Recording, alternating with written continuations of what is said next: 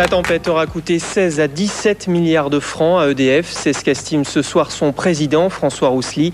Malgré les efforts de ses agents, près de 450 000 foyers sont toujours privés d'électricité. Olivier Bertrand a suivi pendant 24 heures une équipe dans la région de Limoges, l'une des plus sinistrées.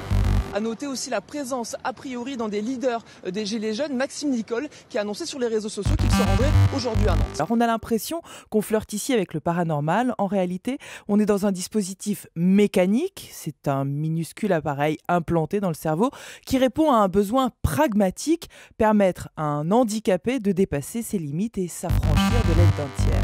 Ouais, en fait, c'est une étude de l'IFOP. 62% des hommes ont déjà rencontré au moins une fois dans leur vie un trouble de l'érection. Ça veut dire que sur le plateau, je vous laisse faire le calcul. Ça fait à peu près 3 sur 4, je suis le 1.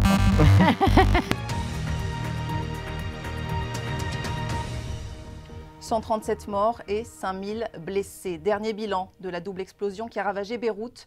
Une douzaine de personnes est toujours portée disparue. Emmanuel Macron, premier chef d'État à se rendre dans le pays depuis...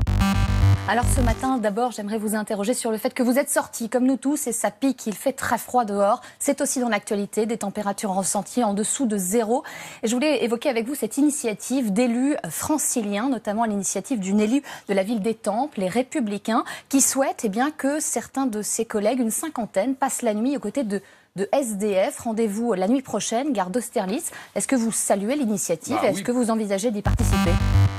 Je suis donc très honoré de parler au premier homme certifié Made in France. J'ai vécu 1 an en respectant 3 règles: consommer des biens produits en France, éviter tout contact avec des produits étrangers, et le tout avec un salaire net de 1 800 €. Comment vous est venue cette idée, qui est aussi un film, Laurent vient de le rappeler, qu'on découvre ce soir à 20h55 sur Canal+. Le président du Sénat, Gérard Larcher, est arrivé en Martinique cet après-midi pour une visite de 3 jours. Au menu, une série d'entretiens avec les personnalités politiques de l'île, avec comme point central la réforme des collectivités territoriales. Philippe Mougin, candidat UMP-UDI, arrivé en deuxième position hier, derrière le Front National, et qui lui, de son côté, estime être le seul à pouvoir battre la liste frontiste. Alors on l'aura compris, les discussions en vue d'un possible front républicain s'annoncent très serrées, et les candidats ont jusqu'à demain 18h pour déposer leur liste.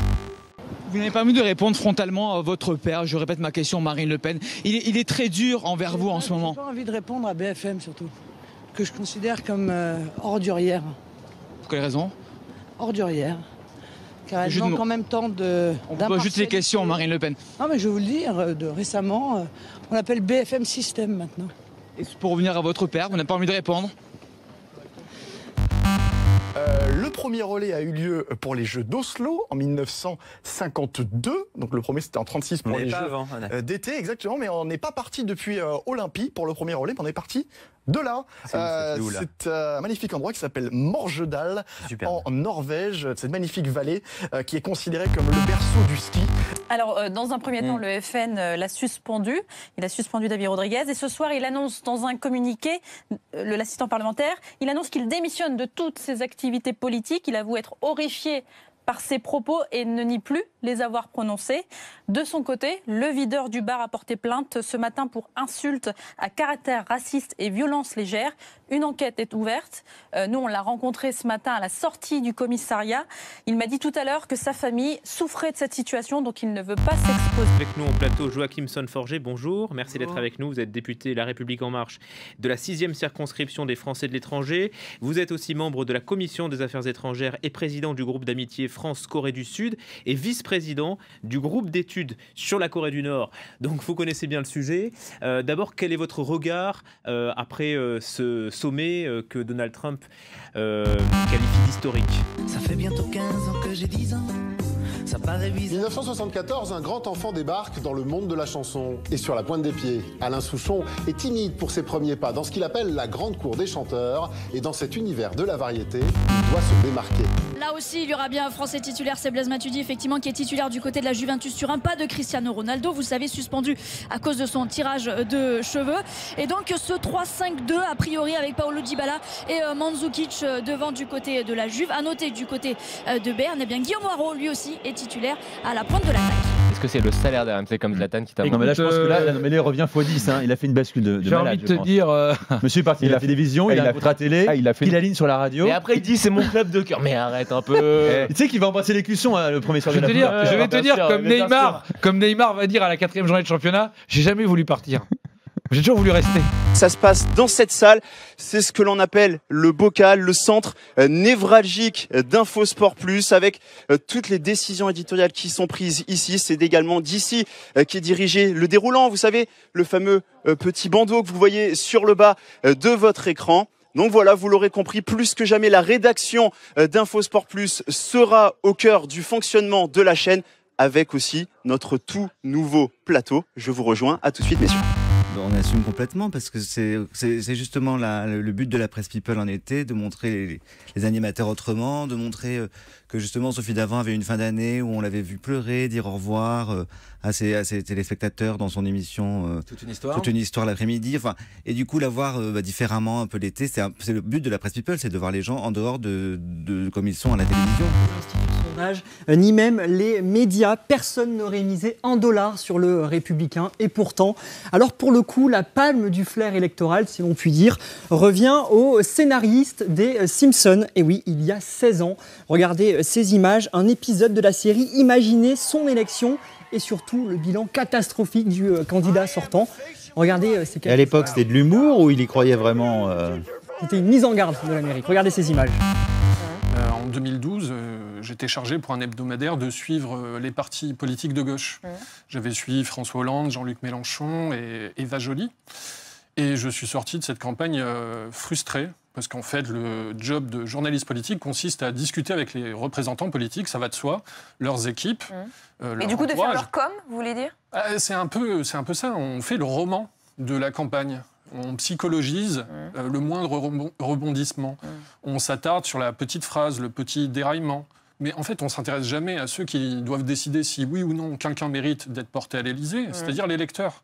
Et en plus, pendant cette campagne, c'est vraiment le cas. Aucun sujet, pendant la campagne de 2017, aucun sujet véritable n'a émergé. Alors que moi, sur le terrain, pour le coup, je sentais qu'il y avait des préoccupations, des angoisses.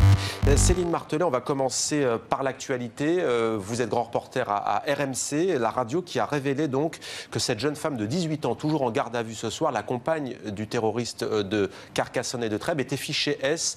On en sait un peu plus sur son profil ? Alors, elle était fichée S depuis 1 an, donc ça veut dire qu'elle était suivie finalement comme son compagnon par les agents de renseignement de la région. Ouais. Et elle était suivie parce qu'elle avait posté sur différents réseaux sociaux des messages qui faisaient clairement l'apologie de l'État islamique. Elle appelait à faire le djihad armé. Europe 1 en 2004, je couvre les matchs de football essentiellement pour Europe 1. L'équipe de France, évidemment. J'ai couvert toute la Coupe du Monde 2018, mais également la Coupe du Monde 2014. Je suis les matchs donc, du Paris Saint-Germain, les grosses affiches de Ligue 1. Et puis je couvre les Jeux Olympiques. Donc j'étais à Pyeongchang en 2018 pour suivre les Jeux Olympiques d'hiver. C'est aussi parce que tu dis que tu es toujours à la limite du dérapage, mais les gens ont besoin de ça aussi, parce de sentir, naturelle, pas sûr, de déraper, ça, mais de sentir qu'on est naturel, qu'on calcule pas, c'est important aussi. Et je pense que les personnalités auxquelles on s'attache, Marie, je suis très attachée. Ce sont vraiment les personnalités comme ça qui calculent un petit peu moins. Et parfois, voilà, on sort un petit peu du chemin, on y revient tout de suite. Le Gret qui a déjà confirmé Didier Deschamps dans ses fonctions de sélectionneur, il sera l'homme qui emmènera l'équipe de France à la Coupe du Monde 2018. Si elle se qualifie, eh bien il nous parlera également de ça. Les éliminatoires de la Coupe du Monde 2018, ils commencent déjà demain, dès le mois de septembre. Le 6 septembre, la France a rendez-vous face à la Biélorussie pour les éliminatoires de la Coupe du Monde 2018. On va donc faire un point sur le passé récent et sur le futur proche lors de cette conférence de presse. Quoi qu'il arrive, les journalistes seront toujours critiqués, un peu plus à Paris qu'en province, mais c'est comme ça, ça fait partie du jeu et je pense qu'il faut être au-dessus de tout ça pour faire son métier. Journée particulière ce jeudi 12 décembre en Grande-Bretagne. Pour la 3e fois en 4 ans, les Britanniques sont appelés à voter pour des élections générales pour nommer leurs députés à la Chambre des communes et se joue aujourd'hui le sort de la Grande-Bretagne et du Royaume-Uni au sein de l'Union européenne. Oui, il y a beaucoup de monde. Alors le matin, il fait encore un peu frais, mais petit à petit, regardez sur ces images de Nicolas Baggioni, on voit les touristes et même les locaux qui sont en train d'enlever la chemise et voire le pantalon pour certains qui sont carrément en maillot de bain sur cette promenade des Anglais. Et puis c'est en train de se remplir. Il n'y avait pas beaucoup de monde ce matin, mais là c'est en train de se remplir. C'est comme les terrasses. Les terrasses, elles aussi, sont pleines. Il faut même attendre son tour avant de pouvoir manger sur cette plage Beau Rivage. Sébastien, vous êtes aujourd'hui directeur d'une entreprise d'événementiel, co-organisateur d'un grand tournoi de football féminin et commentateur du groupe Canal+. Avant toutes ces fonctions, vous avez fait beaucoup de choses. J'ai feuilleté un peu Internet et j'ai beaucoup appris. Vous avez fait une formation à l'école de journalisme de Nice et vous avez fait un stage de fin d'études à Canal+. Au terme de ce stage, vous êtes rentré tout simplement dans le bureau de Michel Denisot et vous avez dit « Je ne partirai pas de ce bureau tant que je n'ai pas de contrat ». Et ce culot a plutôt marché puisque maintenant, ça fait 15 ans que vous êtes dans le groupe Canal.